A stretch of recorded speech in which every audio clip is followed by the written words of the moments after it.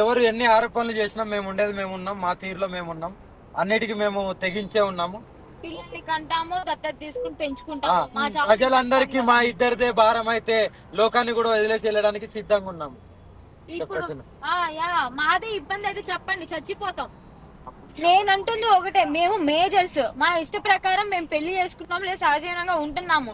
ఇబ్బంది అయితే చెప్పండి, అందరికి చూడడానికి నచ్చలేదు. కల్లా వీడియో పెట్టి మేమే భస్మం అయిపోతాం, ఓకేనా?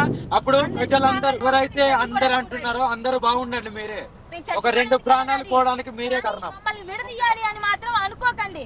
మమ్మల్ని విడదీస్తే మాత్రం మేము చచ్చిపోవడం 2 ప్రాణాలు తీసిన వాళ్ళే అవుతారు.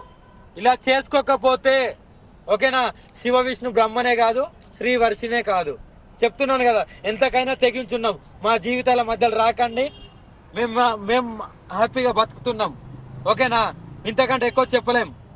హర హర మహాదేవ్.